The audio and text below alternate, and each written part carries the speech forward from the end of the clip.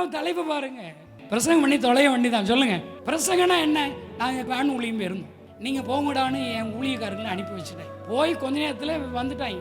என்னை அருவா எடுத்து வெட்ட வர்றாங்கண்ணே, வண்டி எடுங்கண்ணே, ஸ்டார்ட் பண்ணுங்கண்ணே, உயிர் பிழைச்சிருவேனேங்கிறான். என்னத்தரா சொல்ல, ஏசுனாரு என் வலது பக்கத்தில் இருக்கான்னு நம்பிட்டேன். பைபிளில் போட்டு கர்த்தரை என் வலது பார்சத்தில் வைத்திருக்கிறபடியா தெரியுது உங்களுக்கு என்ன? நான் எதிர்கொண்டு போனேன். நான் அவன்கிட்ட கை அமர்த்தனேன். ஒரு 100 பேர் இருக்கான் முன்னாடி. ஒருத்தன் அருவா வச்சிருக்கான், கம்பு வச்சிருக்கான், ஒரு 90 வயசு கிழவி அருகாமனையும் வச்சிருக்கான். கையெல்லாம் இப்படி கிட்டு நடுங்குது. அவன் சொன்னேன், ஒரு 5 நிமிஷம் நான் பேசிக்கிறேன், என்னை அடிச்சுக்கோ. இவங்க விவரம் எல்லாம் ஓடி வந்துட்டாங்க. ஒரு அனுமதி கொடுங்கன்னு சொன்னேன். அவன் ஒருத்தன் சொன்னான், அருவா ஏலே, அவன் என்னன்னு பேச மாட்டான்ட்டான். ரொம்ப நன்றியா என்னாச்சு, வயிற்றெல்லாம் கலக்குது. பயம் வந்தோடனே நான் என்ன தெரியுமா செய்வேன், வலது பக்கத்தில் ஏசப்பா இருக்கு, அப்படி திரும்பி பார்ப்பேன். ஏசப்பா என் கூட இருக்கீங்களே, இப்படி சொல்லிட்டு சும்மா 5 நிமிஷம் பேசுறேன். என்ன பேசிட்டு நினைக்கிறீங்க? கவனிங்க. இயேசு கிறிஸ்து இந்த உலகத்தில் 2000 வருடத்திற்கு முன்பாக மனிதராக பிறந்தார். 33 ஆண்டுகள் உயிரோடு வாழ்ந்தார். 3 ஆண்டுகள் ஊழியம் செய்தார். நடுவில் எழுந்து நடக்க செய்தார். இந்த சூத்திரத்தை படிக்கிற மாதிரி அவர் ஊழியம் செய்தார், அற்புதங்கள் செய்தார். எல்லா ஜனங்களுடைய பாவத்திற்காக சிலுவையிலே மரித்தார், அடக்கமனப்பட்டார். 3ஆம் நாள் உயிரோடு கூட எழுந்தார். இப்படி சொன்னேன். அதெல்லாம் உனக்கு எப்பறம் தெரியுங்கிறான்.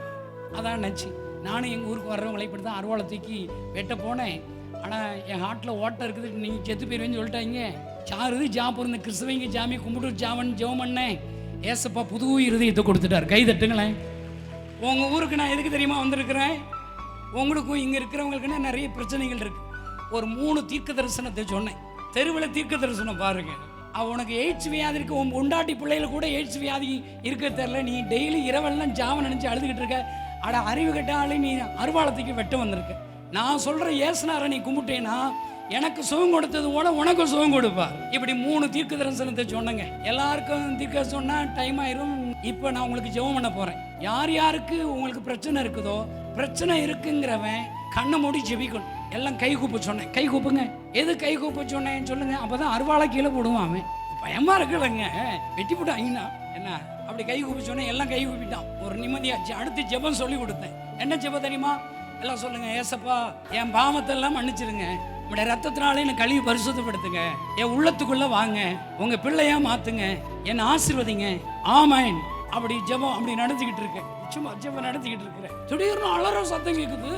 ஓன்னு எவனா அடிக்க வர்றாமல கண்ணை திறந்து பார்த்தா கழுது ஒரு 20-25 பிசாசு ஆடிக்கிட்டு இருக்குதுங்க. அங்க டண்ட நக்கன்னு ஆடுது பாருங்க. எனக்குடா சந்தோஷம். பார்த்தீங்கன்னா எனக்கு ஆட்டம் டண்ட நக்கன்னு நம்ம ஆடுறா போல இருக்கு. ஏன் பிசாசு ஆடுது சொல்லுங்க?